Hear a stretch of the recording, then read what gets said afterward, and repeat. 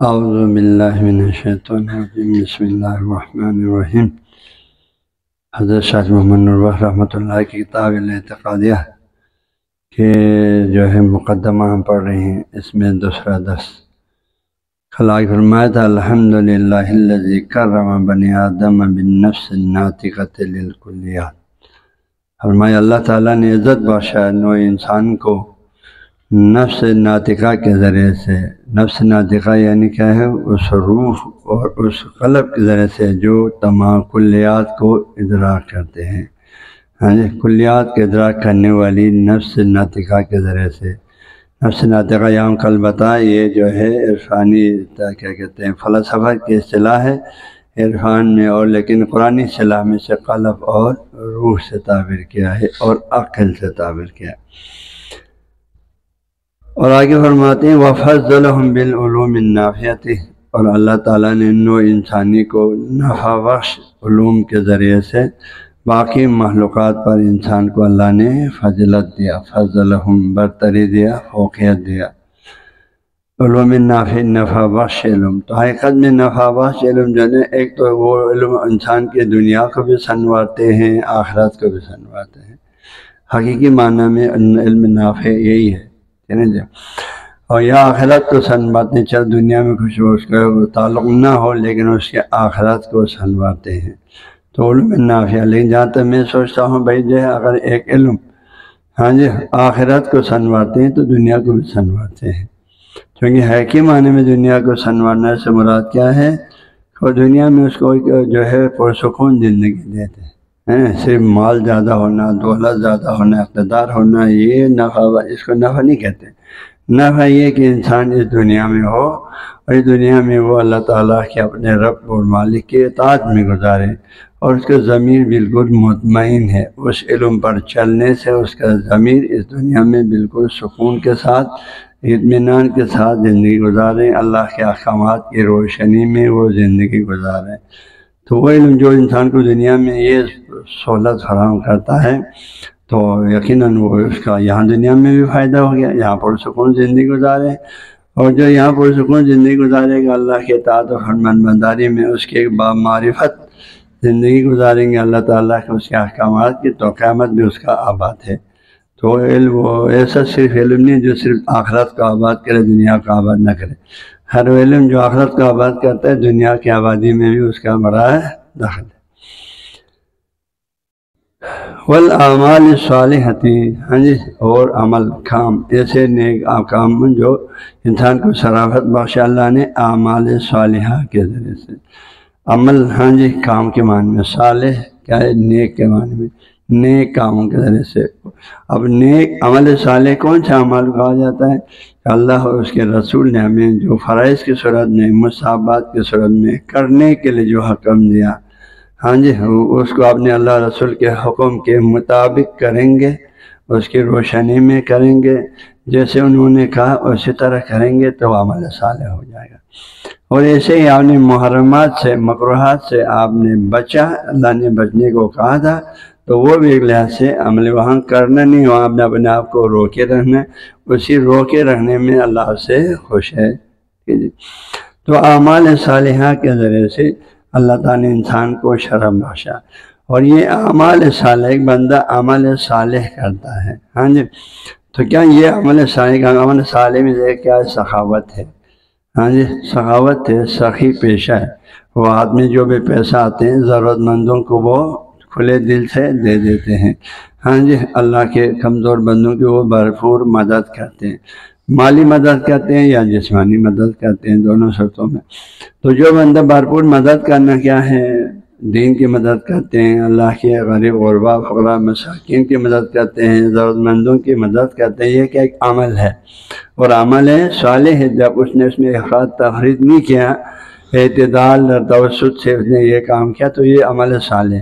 تو یہ عمل صالح فرماتے ہیں، ہر عمل صالح حکایت کرتے ہیں، مطلب کیا ہے؟ ہر عمل صالح اس بیان کرتے ہیں اس نقطے کو کہ یہ بندہ ایک اچھے اخلاق سے متصف ہے۔ وہ اچھے اخلاق کیا ہے؟ سخاوت، سخاوت جو اچھے اخلاقیات میں سے اس سے وہ متصف ہے۔ کوئی ایک بندہ گناہوں سے اجتناب کرتا ہے، نیک اللہ کے فرائض پر عمل کرتا ہے تو عمل صالح ہو گیا۔ تو یہ اعمال صالح حکایت کرتا ہے کہ یہ شخص ایک باتقوی شخص ہے، یہ شخص ایک متقی شخص ہے، پرہیزگار شخص ہے۔ ہاں، ایک آدمی جو ہے وہ دوسروں کے محارم کا احترام کرتا ہے، اس کا مطلب یہ ہے کہ یہ بندہ ایک صاحب حیا شخص ہے، ایک با حیا شخص ہے، باعفت شخص ہے۔ ٹھیک ہے، اعمال صالحہ حکایت کرتی ہے، یعنی بیان کرتی ہے کہ اس عمل کے کرنے والے کا جو اس کے باطن ہے وہ پاکیزہ صفات سے متصف ہے، وہ اخلاق حمیدہ سے متصف ہے۔ اس بات کے بہنے اس کے کردار، اس کے اندر کی کیفیات کو بیان کرتے ہیں، کیونکہ یہ مشہور ہے برتن سے وہی باہر نکالتے ہیں جو اس کے اندر ہے۔ آپ کے اندر اچھائی خوبیاں ہیں تو وہی ظاہر ہوگا، کسی کے اندر برائیاں ہیں، خوف سے باطن ہے، ہاں جی، تو مکر ہے، حیلہ ہے، حسد ہے، بغض ہے، کینہ ہے، وہی ظاہر ہوگا۔ جس کے اندر سخاوت ہے، ایمان ہے، تقویٰ ہے، اخلاق ہے، صبر ہے، عدالت ہے، تو اس کے اعضاء و جوارح اور عمل سے یہی ظاہر ہوگا۔ تو یہ فرماتے ہیں والاعمال الصالح، عمل صالح کے ذریعے سے اللہ نے انسان کو شرف بخشا۔ یہ عمل صالح کیا کرتا ہے؟ یہ الحاقیت، یہ بیان کرتا ہے من الاخلاق الحمیدتی، کہ یہ شخص جس سے یہ اچھے اعمال صادر ہوا یہ صاحب اخلاق حمیدہ ہے، یہ پسندیدہ اخلاقیات کا سے متصف ہے۔ ایک آدمی سخاوت اختیار کرتا ہے تو مطلب یہ کہ یہ آدمی اللہ کے راہ میں خرچ کرتا ہے تو معلوم ہوتا ہے یہ آدمی جو ہے اللہ سے محبت رکھنے والا ہے، اللہ کے احکامات پر عمل کرنے والا ہے، یہ شخص سخی ہے۔ اس طرح کوئی ہر نیک عمل یہاں بیان کرتا ہے، حکایت کرتا ہے کس چیز سے کہ اس نیک عمل کو انجام دینے والے شخص صاحب اخلاق حمیدہ ہے، کیونکہ جو اندر ہے وہی اعضاء کے ذریعے سے ظاہر ہوتی ہے۔ اچھے آدمی سے اچھے کام صادر ہوتے جاتے ہیں، برے آدمی سے برے کام صادر ہوتا جاتا ہے۔ تو اللہ فرماتے ہیں ان بندوں کو اللہ تعالیٰ نے نوع انسانی کو ان نفس ناطقہ کے ذریعے سے جو مدرک کلیات ہیں اور علوم نافعہ کے ذریعے سے، اعمال صالحہ کے ذریعے سے، کہ یہ عمل صالح حکایت کرتے ہیں کہ یہ شخص صاحب اخلاق حمیدہ ہے، ان اچھی خوبیوں کے ذریعے سے عزت بخشا کس پر؟ علی سائر الکائنات، تمام کائنات پر۔ کائنات جو لفظ ہے آپ پتہ اس فعل کو سکھائے، مونس کو سکھائے، کائنن سے کائناتن، پھر کائناتن سے کائنات۔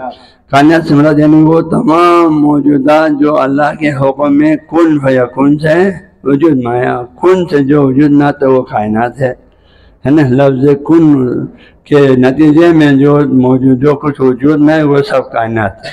اب کن سے جو چیز وجود میں وہ کیا ہے؟ سب ہے نا، اللہ کی ماں سوا سب کچھ۔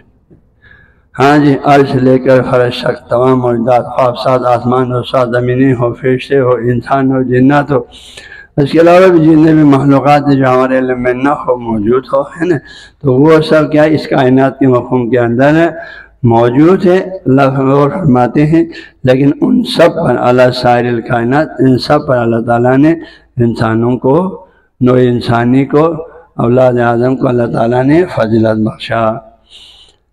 یہ اللہ کی حمد کرتے ہیں کیونکہ اس نے ہم انسان ہیں، ہمیں ان تمام اچھی چیزیں ہمیں دیکھ کر ہمیں باقی موجودات پر ہمیں کرامت بخشا، عزت بخشا، شرف بخشا۔ پھر آگے درود پہ لیں، والصلاۃ، اور درود ہو۔ ہاں جی، درود یعنی صلاۃ کا آپ لوگوں کو بتائیں، صلاۃ جو ہے جب اللہ کی طرف سے ہوتی ہے، ان اللہ ملائکۃ یصلون علی النبی، اللہ درود بھیجتے ہیں۔ اللہ کی صلاۃ سے مراد کیا ہے؟ نزول رحمت ہے، اللہ کی طرف سے نزول رحمت ہے۔ فرشتوں کی طرف سے صلاۃ کا مطلب کہتے ہیں یہ کیا ہے؟ استغفار ہے، فرماتے ہیں استغفار مراد ہے۔ ہاں جی، ہمارے حق میں، اور مومنین کی طرف سے، جب انسان کی طرف سے، مومن کی طرف سے جب صلاۃ بھیجتے ہیں تو مراد کیا ہے؟ دعا ہے کہ ہم اللہ کے حضور میں دعا کرتے ہیں، ہاں جی، اے اللہ اپنے پیارے نبی پر، اپنے انبیاء پر، محمد آل محمد پر، اپنے صالح بندوں پر اپنی رحمتیں نازل کرے، دعا کرتے ہیں، یہ دعا ہے۔ یعنی صلاۃ اللہ کی طرف سے ہو تو نزول رحمت ہے، فرشتوں کی طرف سے تو طلب استغفار ہے، اور اگر جو ہے بندوں کی طرف سے ہے تو اس کو فرمایا یہ دعا ہے۔ تو صلاۃ دعا کے معنی میں اللہ کے حضور میں التجا کرتے ہیں۔ یہ 3 نقطہ تعبیر میرقات کے وہ مقدمے میں یہ لکھا ہوا ہے، اس کے مقدمے میں۔ والصلاۃ و درود علی الذین، ان ہستیوں پر، ان لوگوں پر، شرفہم، جن کو اللہ نے شرافت بخشا۔ شرف اگر لغت میں المنجد عربی میں لکھا ہوا ہے، شرف اے اعلیٰ فی دین و دنیا، کسی کو دینی زاویے سے یا دنیاوی زاویے سے ایک بلند مقام حاصل ہو گیا، بلند مرتبہ حاصل ہو گیا، اس کو کہتے ہیں شرفہ۔ ایک آدمی جو نہیں تھا ایک بڑے عہدے بادشاہ بن گیا، وزیر بن گیا، کیا کیا بن جاتے ہیں، تو یہ کیا ہے دنیاوی زاویے سے اس کو شرافت ملا۔ لوگ ایک آدمی جو ہے دینی زاویے سے ایک بہت بڑا عالم دین بن گیا، متقی بن گیا، مرشد کامل بن گیا، ولی اللہ بن گیا، اللہ کا مقرب بندہ بن گیا۔ اس طرح انبیاء علیہ السلام کو اللہ نے اپنے مصطفیٰ بندوں میں سے قرار دیا، تو یہ کیا ہے دینی زاویے سے شرافت ہے۔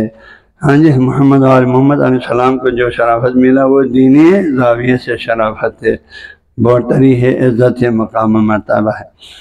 تو والصلاۃ و درود علی الذین، ان لوگوں پر شرفہم، جن کو شرافت بخشا، عزت بخشی، کن چیزوں کے ذریعے سے؟ برتری دیا دین یا دنیا میں، بالعقول الکاملۃ، عقل کامل دے کر، عقل کامل، کیونکہ عقل کے ذریعے سے انسان کیا کہتے ہیں؟ عقل کامل ہو تو عقل کے ذریعے سے انسان اپنی معرفت بھی ہوتی ہے اور اللہ کے رب کی معرفت بھی ہوتی ہے۔ اور کہا آپ نے جو اپنی معرفت بھی حقیقت میں رب کی معرفت کا ذریعہ بنتا ہے۔ من عرف نفسہ فقد عرف رب، جس نے اپنے نفس کو پہچان لیا اس نے رب کو پہچان لیا، کیونکہ انسان اللہ کا خلیفہ ہے، خلیفۃ اللہ ہے۔ تو یہاں فرماتے ہیں بالعقول الکامل، چونکہ عقل کامل کے ذریعے سے شرافت بخشا۔ عقل کامل سے شرافت کیوں بخشا؟ کیونکہ اس عقل کو جب آپ صحیح راستے میں استعمال کریں گے، اللہ اور اس کے رسول کی منشا و مرضی کے مطابق انہوں نے جن چیزوں میں تدبر کرنے کا ہمیں حکم دیا، غور و فکر کرنے کا حکم دیا، ان میں انسان تدبر کریں گے تو اس کو اللہ تعالیٰ کی کما کا معرفت ہو جائے گا، اس کے دین کی معرفت ہو جائے گا، اس کے انبیاء کی معرفت ہوگا، اور اپنے اور رب کے درمیان جو تعلق ہے، نسبت ہے، اور اس کی اپنی ذمہ داری، ان سب کی معرفت ہوگی۔ نجتاً وہ اللہ تعالیٰ کا ایک بہت بڑا مقرب بندہ بن جائے گا اور ایک صالح انسان ہوگا۔ یہ لیجیے عقول کامل حقیقت میں انہی لوگوں کا عقل کامل ہے جو اپنے عقل کو صحیح راستے میں استعمال کریں، ہے نا۔ اللہ کی رضا کے راستے میں جو لوگ اپنے عقل کو استعمال کرتے ہیں انہی کا عقل کو ہم عقل کامل کہیں گے اولیاء کی نظر میں، کیونکہ وہ لوگ جو عقل کی وجہ سے دنیا خوب کماتے ہیں، آخرت سے غافل ہے، وہ حقیقت میں عقل کامل نہیں رکھتے، ان کا عقل ناقص ہے، کیونکہ وہ اصل مقصد سے غافل ہے۔ دنیا آخرت کے لیے وسیلہ تھا، مزرعہ تھا، وہ مزرعے کو اصل منزل سمجھ کر جو ہے اسی میں غرق ہو گیا رہا، جب یہاں سے جانے خالی ہاتھ جا رہے ہیں، تو یہ تو عقل مند نہیں ہے۔ اللہ کے پیارے نبی نے ایک دن اصحاب سے پوچھے، میرے اصحاب ذرا بتاؤ تمہاری نظر میں عاقل کون ہے، تمہاری نظر میں عقل مند کون ہے؟ تو یہی ہم جو عام عوامی جو نظریات وہ بول دیا انہوں نے، تب میں نے فرمایا میرا صاحب اللہ کی نظر میں یہ عقل نہیں ہے، اللہ کی نظر میں عاقل وہ ہے جو اپنی آخرت کے گھر کو آباد کرے، جو اپنے اخروی گھر کو سب سے زیادہ آباد کرے، آبادی گھر کو سب سے زیادہ آباد کرے، اس پر اس کے آباد کاری پہ اس کی پوری توجہ ہو، اس کے ہم و غم سارا اس گھر کو آباد کرنے پہ مبذول ہو، تو یہ آدمی عقل مند ہے، یہ آدمی عقل مند ہے نا۔ تو کیونکہ اس آدمی سے جو ہے نا اس کی دنیا و آخرت آباد ہو جاتے ہیں۔ بالعقول الکاملۃ، شرفہم بالعقول الکاملۃ، عقل کامل کے ذریعے سے، لہٰذا انسان کو یہ آخرت کی آبادی عقل کامل ہے قدم یہ جس کے اللہ کی معرفت ہو، اپنے قیامت کی جو ہے دنیا عالم آخرت کی اس کو آبادی کی ضرورت محسوس کرے، مبدا و معاد خدا اور آخرت کی اس کو معرفت ہو، اللہ تعالیٰ نے جن چیزوں میں تدبر کا حکم دیا ان چیزوں میں تدبر کریں۔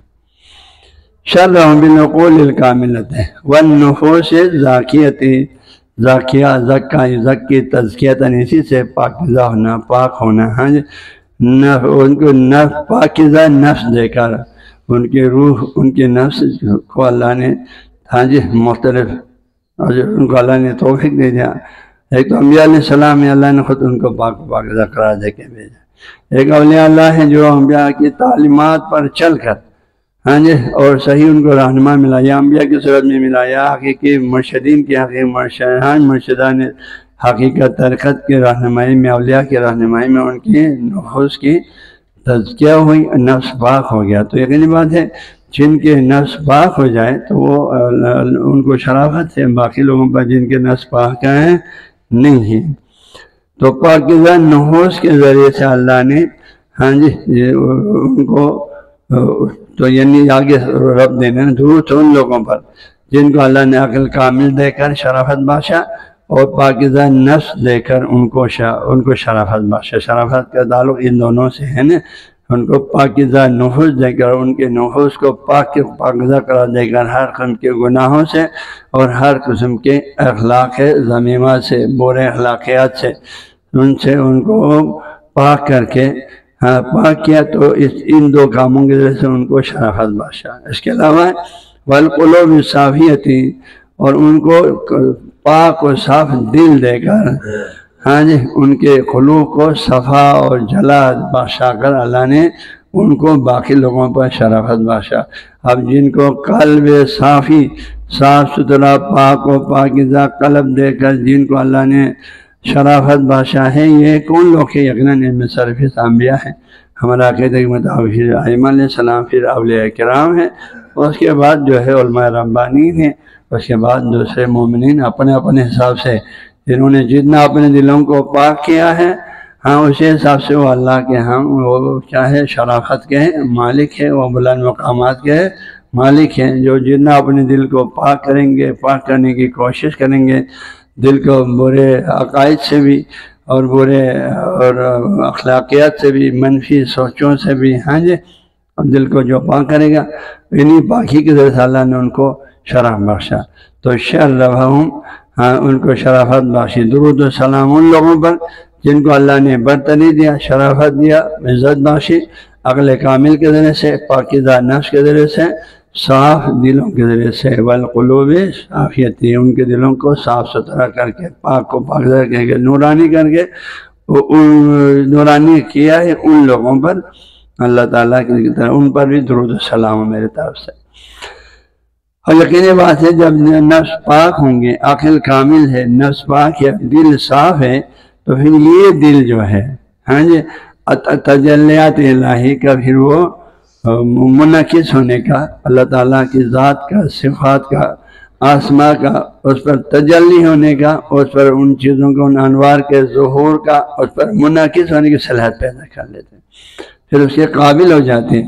ہاں جی سادہ الفاظ میں ایک آئینہ ہے، آئینے کو صاف ستھرا ہو تو اس میں اس کے سامنے جو بھی کھڑا ہوگا وہ اس میں صاف شکل کو دکھائے گا۔